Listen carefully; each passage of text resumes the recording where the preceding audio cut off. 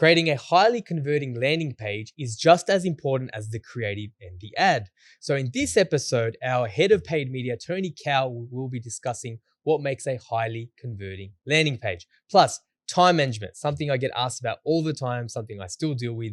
We talk about that and a whole lot more in this episode of Inbound Buzz.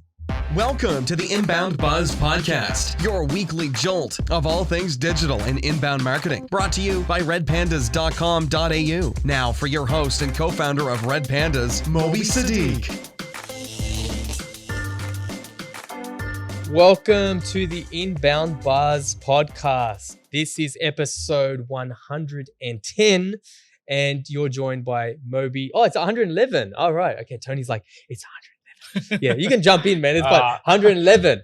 Losing count now. And you're joined by myself, Moby Sadiq, and of course, my co-host, Tony Cow. So Tony, man, like you made your debut last week. Have you shown your mom yet? Have you shown the family? Like, they must be so proud of you.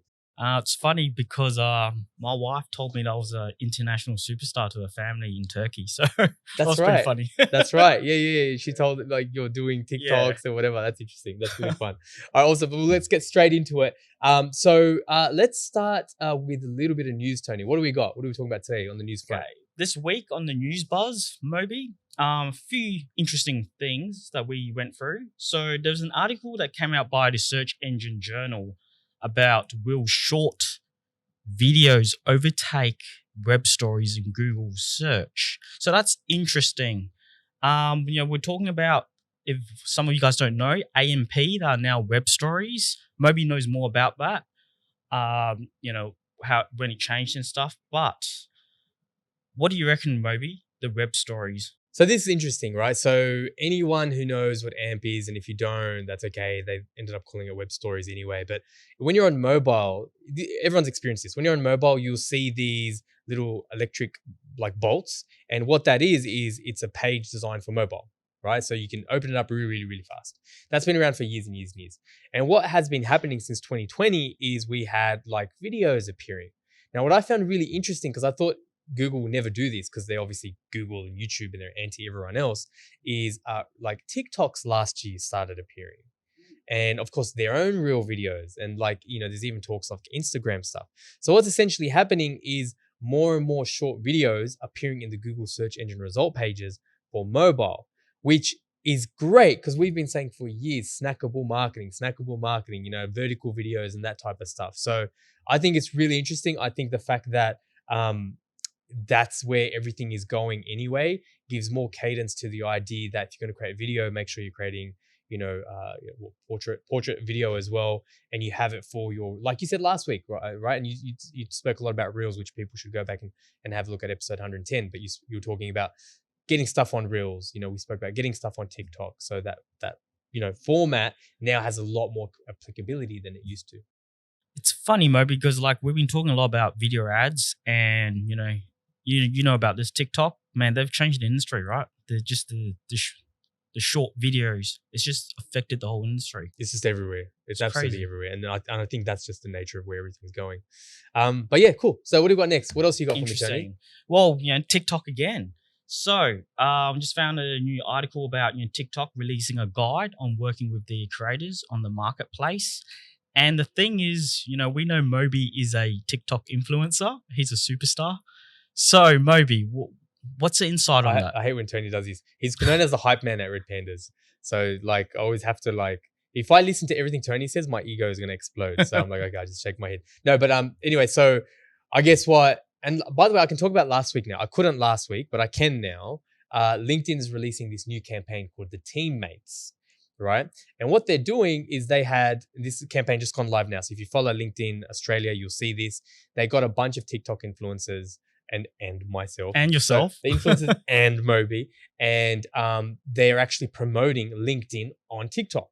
Right. So it's an awesome campaign. You can check it out. You can see me look like a goofball there.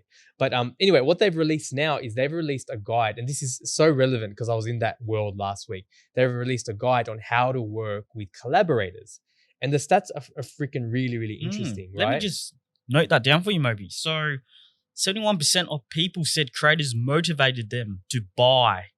Also, ads with creator partnership achieve a 91% view-through rate and an 83% high engagement rate. So Moby, what does that mean for us? So, I mean, if I said to you, obviously, you're a paid media guy. If I said to you, look, I can get 91% more people to watch 6 seconds of the ad, because that's what you're saying, like 91% higher view through.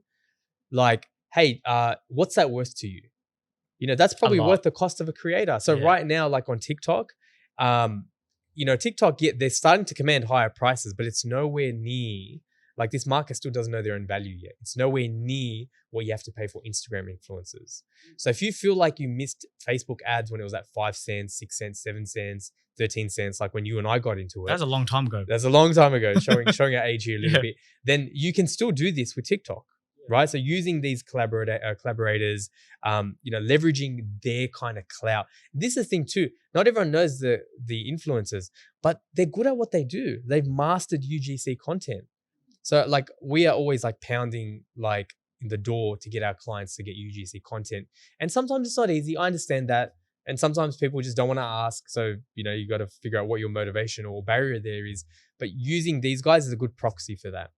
So absolutely. So in the show notes, redpandas.com.au/EP111, we'll link to the guide. That guide's really good. It's got a lot of case studies, a lot of examples. Obviously, it's very biased from TikTok's side, but I think there's a lot of good merit there. And it's going to get more competitive, right? Absolutely. So what else we got? So our next news buzz is LinkedIn updates feed algorithm to downrank engagement, baiting posts and polls. Moby knows about this more than anyone. You gotta stop doing this. So, okay, cool. This is interesting, right? So last week, if you wanted to learn about LinkedIn, how to be a content creator, some of our tips on, I post every single day on LinkedIn. So if you, go back to that episode.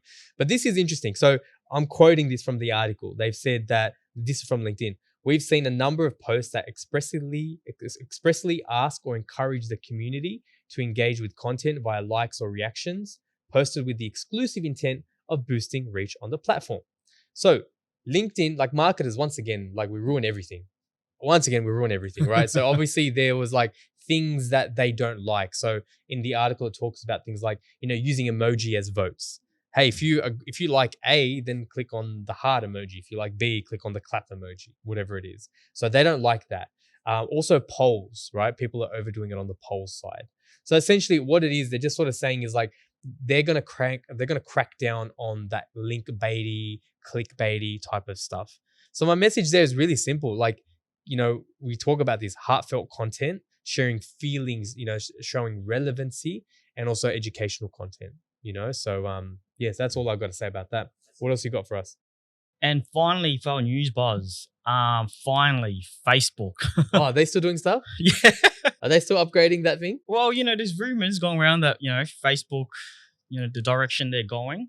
But what's funny is that we found out lately is that there's this new alert bubble that's happening on their app and it posts on their story. Notification bubble, yeah. So they're trying to compete with TikTok and all the other social medias. What does this say about Facebook, Moby?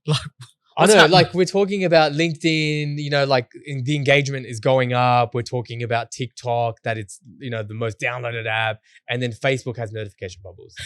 Like, well done, Facebook. Well done. Cutting edge technology. If this isn't an example of Facebook like dying a slow death, then I don't know what is. And the thing, we're talking about this internally here. I found this really weird. Like for the longest time, not many people using Facebook, but Facebook ads and Instagram ads still doing really, really well. And I think it's just a lag effect because now we are seeing across the board, and you know this better than myself, Tony, is that Facebook ad and Instagram ad efficacy is going down. So the conversion rates, the CPAs are going up. And I think that is just a function of, people not using Facebook. Like, and it's funny, the delay's taken that long. They're not using Facebook, but the ads are still working. Yeah. But now, like, even like those people are going onto, things like TikTok. We'll throw up this thing that I'm looking at now, this graph. We'll throw that up on the podcast. But essentially, I'm looking at a graph that's just showing TikTok's engagement. The average monthly hours spent is just going up. Facebook is still there. Like, Facebook's still there, but Facebook is like nudging towards almost half of TikTok's engagement. So yeah, I mean, that's where it's at. You know what I mean? And I don't want to hear those, oh, it's just for dancing and shaking your ass. We talked about that last week as well, so go back to the episode. But yeah, that's the news for last week. So okay, on to our featured buzz, right? So Tony, talk to us about landing pages, right? So you probably absorb more landing pages than most people in Australia. Like the amount of landing pages that you have to go through is quite amazing. So talk to us like what actually makes a landing page? What's a good landing page? What makes a landing page convert? What are your tips on designing a great landing page? Yeah, thanks. I do spend a lot of time on studying landing pages, looking at it at night, late nights, weekends, and like a lot of people do ask us, Moby, what's a perfect landing page? What's a great landing page? And they have to remember is there isn't a perfect landing page, right? Every landing page has a purpose and it's all different. Every company is going to use a different landing page for its purpose, for its marketing objectives. There's an objective for each landing page and we have to understand it. What one company is using is not what another company is going to use, right? And then there's different landing pages. Most of people have heard throughout the industry in the digital marketing space, bridge page, squeeze page, a lead magnet page, pre-sale, sales page, product page. Man, the list goes on. But they all have one thing in common. They got an objective and they got common elements that help to, perform in an advertising campaign. So the first thing I like to look at is with the elements are what's some of the most important elements, Moby. And from my experience is on a landing page, it's the headline. The headline is one of the most important elements of a landing page because it's the first thing that captures the attention. If created correctly, right? It builds curiosity. It shows a message, the USP. It builds so much. If you can get it right, it just makes a big difference. And as you're looking at in some of our examples, So for anyone listening to the audio one, Tony is definitely go to the show notes, /EP111. You can see some of these examples because I think it'd be remiss of you not to. So cool. So you're going to share us. So you mentioned headlines. So what are we looking at? Why do you like this headline? The first thing is the headline. So, this is an advertorial that gets used a lot in the industry for high performance marketing. Yeah, so it gets used for high performance marketing. You can see with this headline, there's a bit of curiosity. So it builds stuff like toxic chemicals. So let's read it out, right? So can this innovative, stylish anti-mosquito band really protect you without using any toxic chemicals? So rather than like a product marketer engineer would be like best band for mosquitoes, whatever. Yes. But this so you're saying it's eliciting a question and a response. Yep. And it's like the toxic chemical, is that what we've been using lately, Moby? Well, maybe this is a lot more healthier using a ban. And then there's a clear image. So that comes part of it. And I'll talk about the image later. But another example is Moby looking at like another landing page in advertorial. Reprogram your brain. This app helps you slim down without thinking about it. I mean, how easy is that without thinking about it? And I get to lose weight. So there's a benefit and there's, a bit of curiosity. Reprogram your brain. It just works. So headlines are very important in the landing page. And that's one thing that we have to get right because honestly, it's the first thing that we look at, we read. So that's one element. A second element I like to look at is what's called as the lead. So copywriters know this. It's the lead. It's like the introduction. It's always the first sentence. Right. And it's the first thing they say after the headline. Yes. Right. Okay. And that's what captures us to continue reading. And it's usually really important because if you don't get this right, they're not going to read. Looking at some of these examples, for let's say diet and use this landing page. 4 million battling weight gain. This news couldn't be more exciting. So, I mean, it's not the best one I've read before, but it's good because it gets you thinking. Another good one that I've seen from Aspen Dentals is instead of them starting with just a headline and like an image, there's a testimonial. So that's quite creative from my perspective. Right. So it doesn't have to just be a line. The lead here is a testimonial. Right. Yeah. Okay. So it's just engaging Terry's story. Oh, what's Terry's story? It's more relational. And just looking at it. So we got the headline, we got the sub. Just on that, I don't want to lose this. So you mentioned the headline, Yeah. and then you mentioned the lead. This one's interesting that you're showing on screen right now. Sorry, leave it there. Go back to the lead, please. Yeah, so it's got, with his daughter's wedding fast approaching, Terry was ready to make a major life change for himself and his family. So the examples that you shared, I know you're going to talk about this a bit later, but like the emotive side, right? Like 100%. It's not being functional, it's actually emotive. His daughter's wedding is approaching and his teeth need to look nice, Yeah, because you don't want to look like, that guy. Yeah, that's right. Yeah. Kramer after like that episode with like 100 cigarettes. Yeah, you want to be, 100%. yeah, exactly. So another thing to look at is the USP. I think that's important on all landing pages because, And what is that for the landing? What is unique USP? selling proposition. Some people call it a unique mechanism, but it's like what we're trying to promote, on a landing page. What's the marketing objective? And I really like this one, Mo, because like the USP is new patients without insurance gets a free exam and X-ray. So it's not like it's anyone that's new, right? Because they know that's like a top of funnel. They've thought about this. It's a top of funnel. It's cold audiences, and anyone without insurance, like because this is like an American company, and health insurance is very expensive in the US. So if you get a free exam and an X-ray, that's like a bonus. So it's a USP for them. It's pretty engaging. And I saw the ad. It had like thousands of likes and comments and shares and stuff. So it's doing well. It's been running for a while. It's one of the It's simple. Simple and interesting.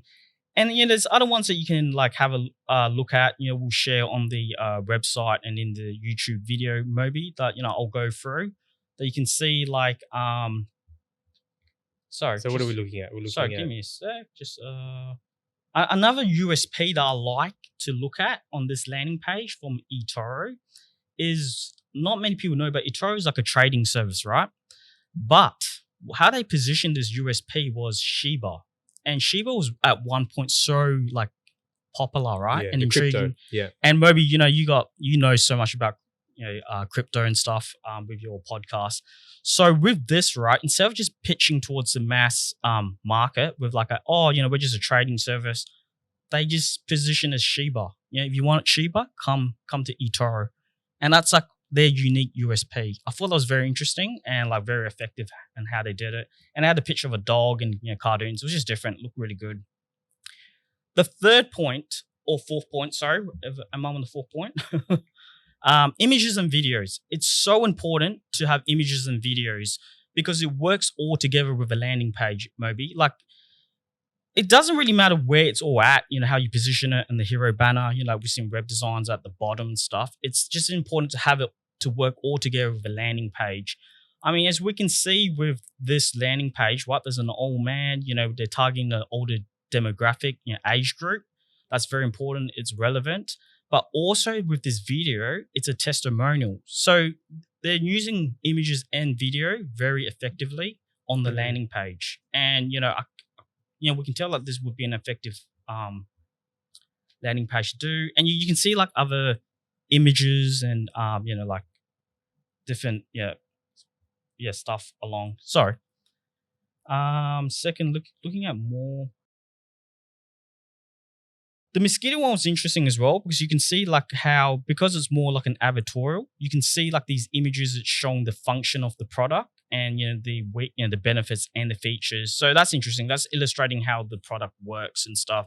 So yeah, images and videos work really well on the landing page and it's highly recommended. But the key thing is what? So you're talking about here, like the images are showing how the product works, like behind the scenes. Yeah. We talk about this a lot, and I know it's not one of your featured elements today just because of time, but social proof. So like rather than having like a text, use a video, like UGC social proof, use a testimonial. And if you can't do that, then have an image at least. Yeah, 100%. Because no one's going to read those testimonials if they're just in blankets of text. 100%. So yeah, that's right. So it's like not just using it, but how you use it. Show the product, show people, make it humane. And you can see with like this solar landing page, they use a beautiful house, so it's relevant. People are looking at it, and yeah, this is a good landing page I had to look at. It's kind of like comes to my next point about call to action. It's very important to have a strong call to action, or it's really we're falling short of our marketing objective to get leads, to get conversions. I like this landing page because it's very customized with the call to action. There's the quiz. New South Wales program offers solar for 0 down. Check out how much, and it goes calculate. So it's relevant, right? We're looking at it. It's clean. There's a green button here. It lights out orange when we're about to click on it. So call to action is very important. But also, like going back to the advertorial, it has to be clear and simple. Click here to get 50% off.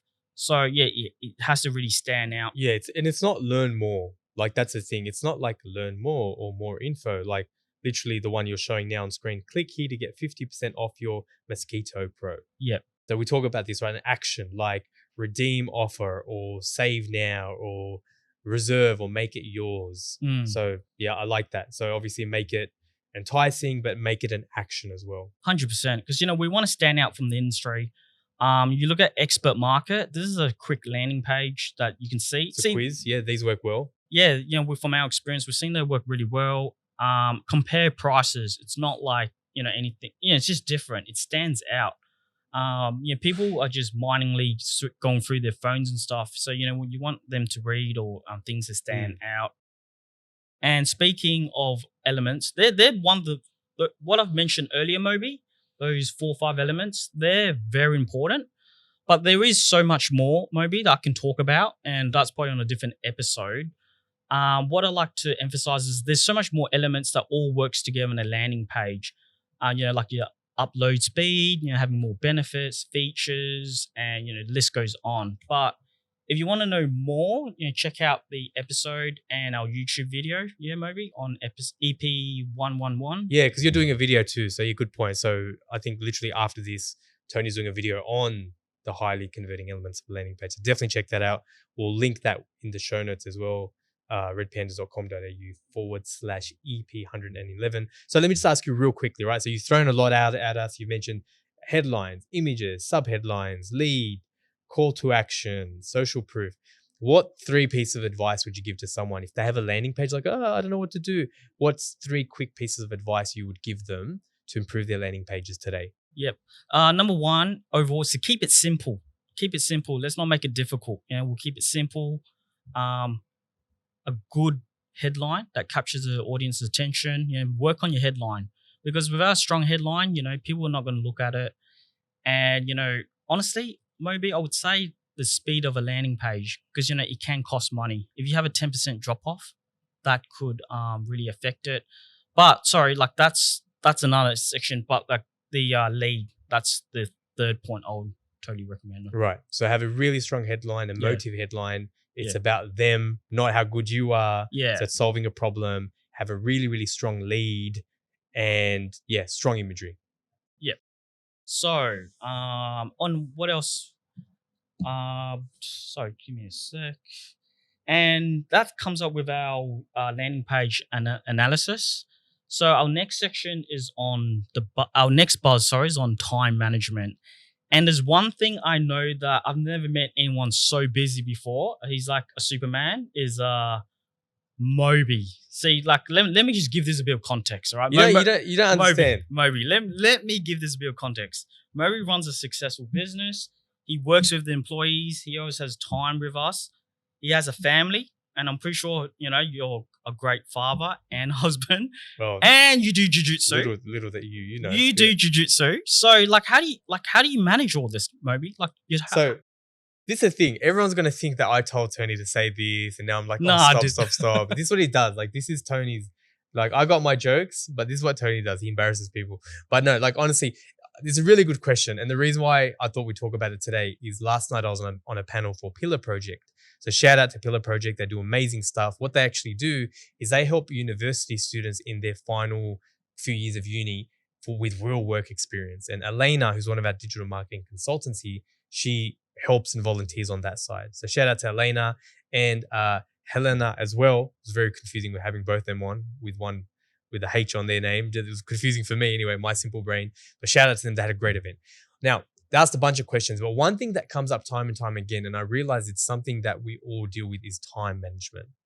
So, a young lady, she asked me, time management. Like I'm working in uni, I'm getting a full-time job. How do I deal with that? So I'm going to answer this in 3 parts, and I'll explain why. It's going to sound verbose, but the key thing to time management is reinforcing your why and your compass.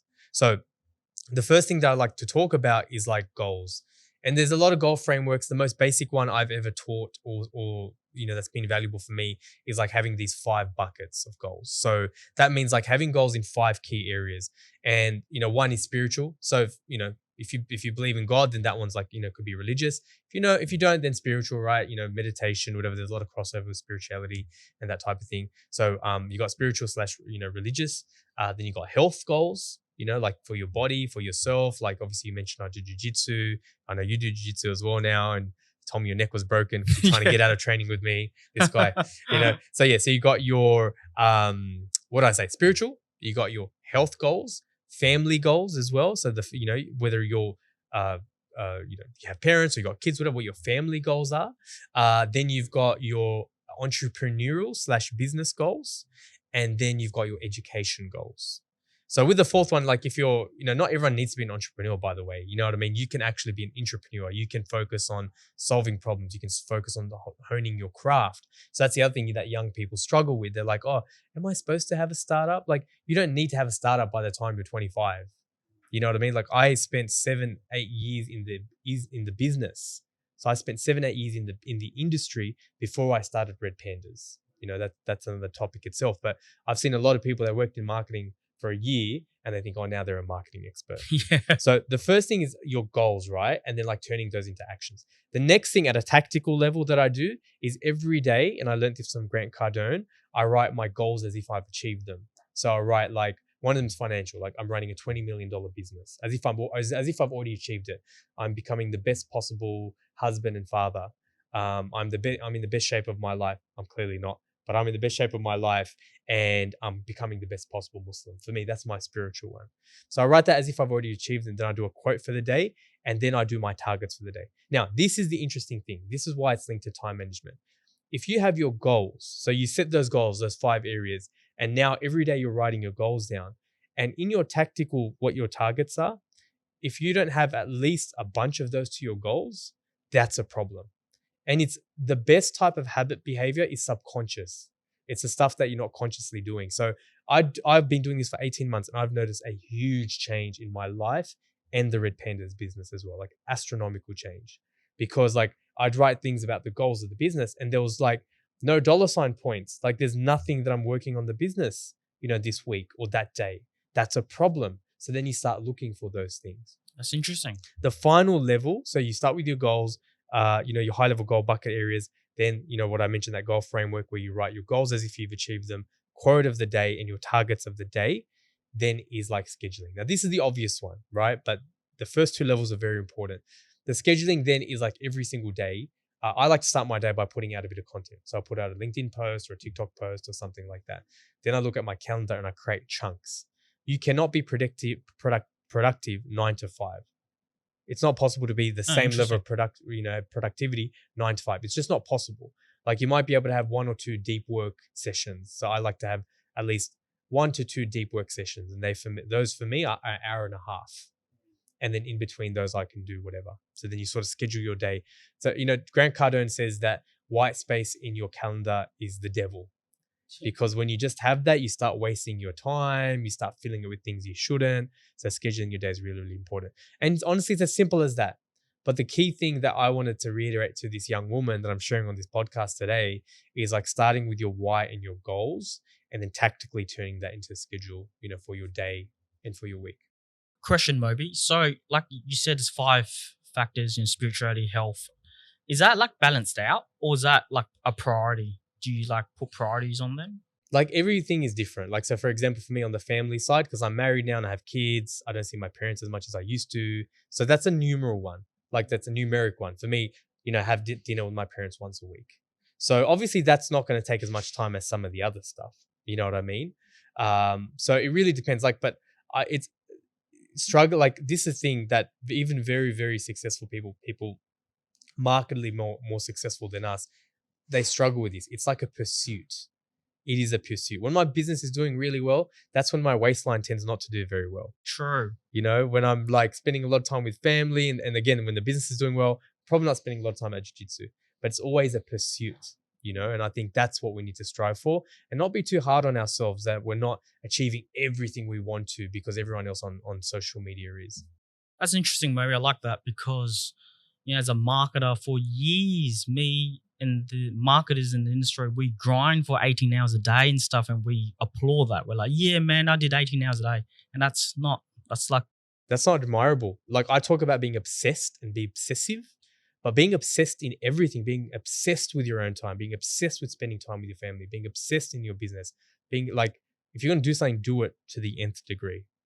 Not everyone's built like that. I'm a little bit of a freak, but like, that's sort of the philosophy I use.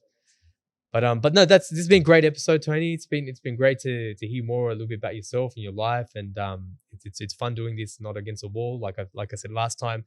So guys, definitely check out the show notes, redpandas.com.au/EP111, where you can see my face and Tony's beautiful face and all the examples of the landing pages he showed, and any sort of links that we referenced today, they'll be in the show notes. But on that note, Tony, any passing thoughts before we let everyone go? No. Join us for next week as we share more exciting news. And I think we're talking about, we've got a few topics we'll share next week. Maybe. Yeah, Tony's not sure what does that say or not. Yeah. But we got some good stuff next week. So, you know. Yeah. What? Because this week wasn't good? Is that what you're saying? Every week's always great, maybe. Yeah. Awesome, guys. On that note, enjoy your day, enjoy your week, and we will join you again for another episode of Inbound Buzz.